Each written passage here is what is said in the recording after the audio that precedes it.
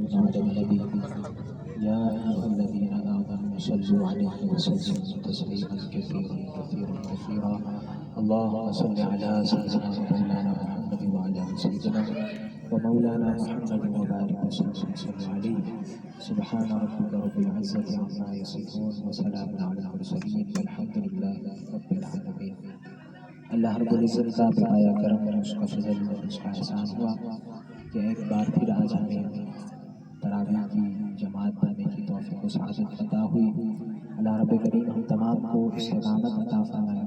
اللہ رب کریم ہماری نمازوں کو اپنی بارگاہ میں قبول منظور فرمائے، ہمارے روزوں کو اپنی بارگاہ میں قبول منظور فرمائے، اور ماہ صیام میں خوب عبادت و ریاضت کرنے کی توفیق و سعادت عطا فرمائے۔ کل سورہ آل عمران کی کچھ ابتدائی آیات پر بات کر رہے تھے کہ قرآن کریم جو نازل کیا ہے اس میں کچھ آیات محکمات ہیں اور کچھ شبہ والی آیات ہیں۔ تو عیسائیوں کے وفد کی جو ہے وہ خدمت نبوی میں آمد ہوئی تھی اور جو ہے انہوں نے پورا مکالمہ اور مناظرہ کیا تھا۔ تو نبی کریم صلی اللہ علیہ وسلم سے نجران کے پاس نجران کے عیسائی 60 افراد کا وفد جو ہے آقا علیہ السلام کی خدمت میں آیا تھا، جو کہ کون تھے؟ عیسائی آقا علیہ السلام کی خدمت میں آئے تھے۔ انہوں نے نبی کریم صلی اللہ علیہ وآلہ وسلم سے مکالمہ کیا کہ حضرت عیسیٰ علیہ السلام الہ ہونے میں اللہ تعالیٰ کے ساتھ شریک ہیں، یعنی وہ حضرت عیسیٰ علیہ السلام کو بھی الہ مانتے ہیں، خدا مانتے ہیں، معبود مانتے ہیں۔ وہ تین جو عقیدہ تثلیث جسے کہا جاتا ہے اور انگریزی میں ٹرینٹی کہا جاتا ہے، وہ تین خداؤں کو جو ہے وہ مانتے ہیں عیسائی۔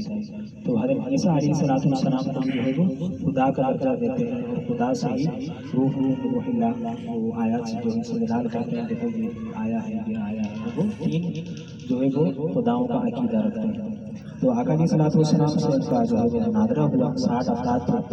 انہوں نے اپنی جہالت کی وجہ سے قرآن کریم کے ان الفاظ سے استدلال کیا جن میں عیسیٰ علیہ السلام کو کلمۃ اللہ اور روح اللہ فرمایا گیا ہے۔ اب دیکھیں کس طرح جو ہے وہ گفتگو کی ترتیب رکھی گئی تھی۔ جب مناظرہ کرنے آئے ہیں، اب وہاں سے بھی آئے ہیں، ظاہر سی بات ہے اہل کتاب اور ان کے بعد اس کا بھی علم ہے، پھر یہ بھی جو ہے وہ قرآن سے بھی استدلال کر رہے ہیں۔ تو دیکھیں گفتگو کا انداز کیا ہے، اب آگے سماعت فرمائیں۔ عیسائیوں کو ناز تھا کہ ہمارے یہاں شاعری بہت ہے، عربوں کو یہ بہت بڑا جو ہے وہ گھمنڈ تھا کہ ان کے پاس جو ہے وہ بہترین جو ہے وہ ادیب تھے، بہترین جو ہے وہ شعراء تھے جو کہ بہترین شاعری کرتے تھے اور بڑے جو ہے وہ فصیح و بلیغ جو ہے وہ مشہور تھے۔ لیکن جب قرآن کریم نازل ہوا اور جب سورۃ الکوثر خانہ کعبہ پر لٹکا دی گئی تو اس جیسی کوئی صورت ہی نہیں بنا گئی۔ اور قرآن کریم میں تو چیلنج دیا گیا کہ لاؤ بنا کے کوئی ایک صورت ہی لیا، کوئی آیات ہی بنا کے لیا، ہاں فَأْتُوا بِسُورَةٍ مِّن مِّثْلِهِ وَادْعُوا شُهَدَاءَكُم مِّن دُونِ اللَّهِ إِن كُنتُمْ صَادِقِينَ۔ تو لے کر آؤ چند آیات ہیں۔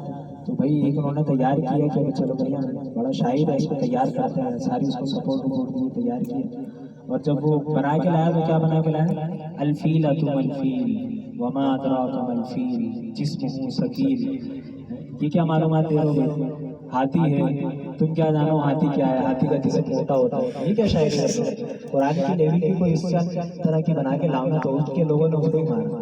تو خیر ان کو جو ہے وہ کفار کو اور زمانہ جاہلیت میں آج بھی جو ہے وہ ادیب، اگر کسی کو ادب پڑھنا ہے نا، ادب پڑھنا ہے عربی، تو وہ زمانہ جاہلیت کی شاعری لے کر آتا ہے اور اسے پڑھتا ہے اور پھر اس سے بھی وہ قرآن سمجھتا ہے کہ دورہ جاہلیت میں عربی اس کا کیا معنی دے رہا ہے۔ پھر قرآن کو دیکھیں گے تو یونیورسٹیز میں اور مدارس میں اور مدارس کے طلباء کو جو ہے وہ اس وقت کی شاعری پڑھائی جاتی ہے جو زمانے جاہلیت میں جو ہے وہ عربوں نے لکھی ہوئی تھی۔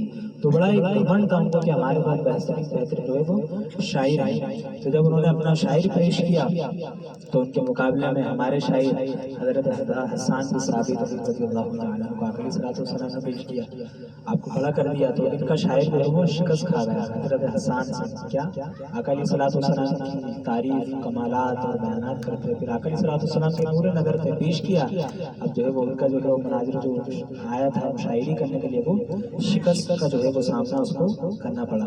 پھر اسی طرح خطابت پر بھی بڑا ناز تھا، بڑے جوش بلبلے کے ساتھ ایک قبیلے میں شخص آتا تھا، یعنی کہ پورا قبیلہ ایک بات پر متفق ہے، ایک نوجوان کھڑا ہوتا تھا، ایسی تقریر کرتا تھا کہ پورے قبیلے کو اپنی طرف کھینچ لیتا تھا، یعنی ایسی جو ہے وہ پاور ہوتی تھی، ایسا گفتگو کا انداز ہوتا تھا تو ان کو بڑا ناز تھا کہ بھئی ہمارے پاس تو بہترین جو ہے وہ خطیب ہیں، تو یہاں سے مسلمانوں کی طرف سے آقا علیہ السلام نے ان کے مقابلے میں حضرت ثابت بن قیس رضی اللہ تعالی عنہ کو کھڑا کیا کہ ان کا خطیب بھی جو ہے وہ شکست کھا گیا۔